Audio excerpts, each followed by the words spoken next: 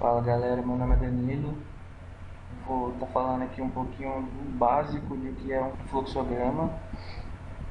Na verdade, esse vídeo é uma exigência para um trabalho da faculdade, então ele tem que ser assim bem resumido, né? A gente vai ver só mesmo o básico do que é um fluxograma, poucos símbolos e um exemplo assim rapidinho.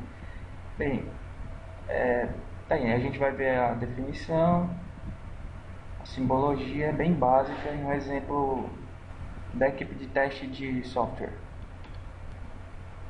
Bem, o que é, né? Fluxograma. Segundo a Wikipedia, um tipo de diagrama que pode ser entendido como uma representação esquemática de um processo, ou seja, um gráfico que demonstra a sequência operacional do desenvolvimento de um processo.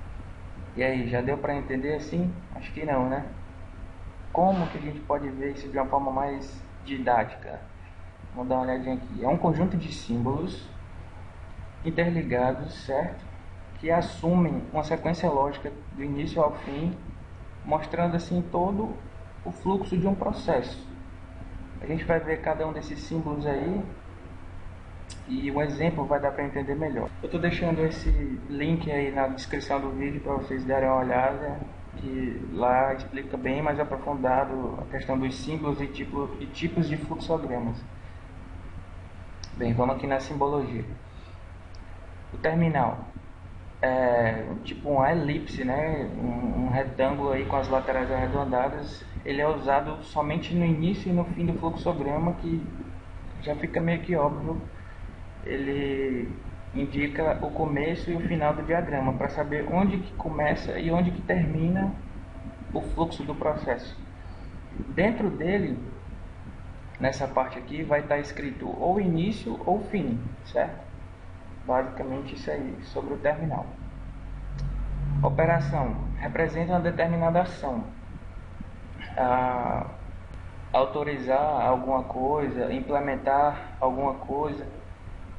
Normalmente sempre o que vai estar escrito aqui, o texto vai estar iniciando com um verbo no infinitivo, indicando exatamente uma ação. Decisão. Bem, quando o fluxo chegar nesse losango aqui, a gente vai ter uma questão, uma pergunta aqui dentro, e necessariamente a gente vai ter que ter duas saídas aí, duas respostas, uma sendo sim, outra não. A gente vai ver isso no exemplo bem direitinho como é que funciona. Bem, a seta somente indica o fluxo do processo. Vamos dar aqui uma olhadinha no exemplo então. É um processo de teste de sistema, né? O trabalho é para um curso de TI, que é análise e desenvolvimento de sistemas. Então, o exemplo que eu peguei é justamente um que compete a processo de teste de sistema. Vamos dar aqui uma olhada. Então, eu não mencionei anteriormente, mas também compete ao fluxograma mostrar quem vai estar realizando determinada ação. Então, assim, a gente tem aqui a simbologia. E a gente está vendo aqui que cada uma das ações compete a um determinado grupo específico, né? Digamos assim, a uma entidade específica, a esses times aqui, diferentemente.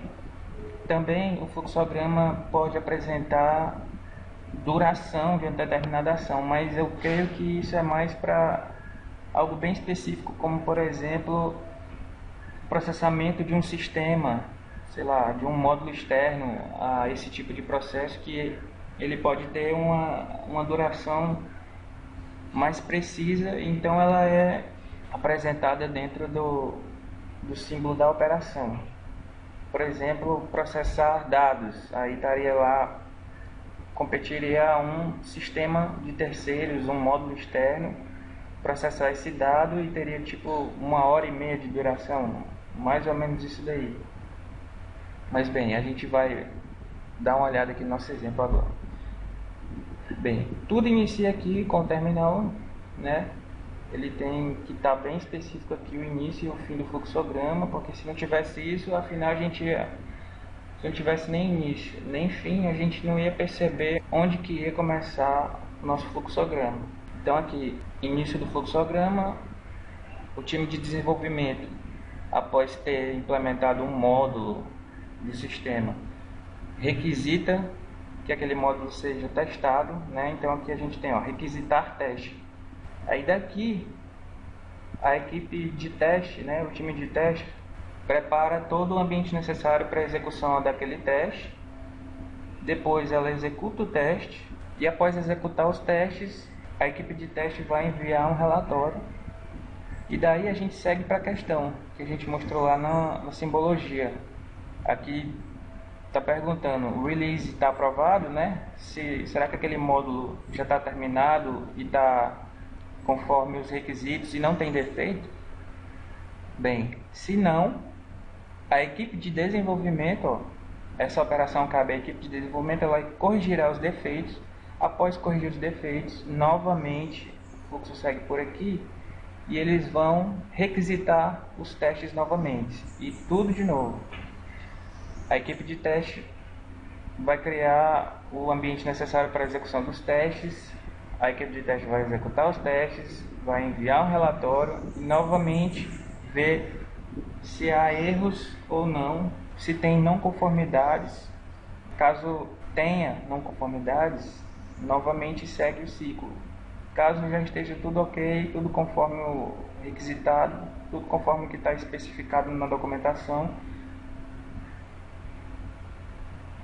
o release é aprovado e o time de configuração, a equipe de configuração, que a gente pode chamar aqui de os implantadores, né?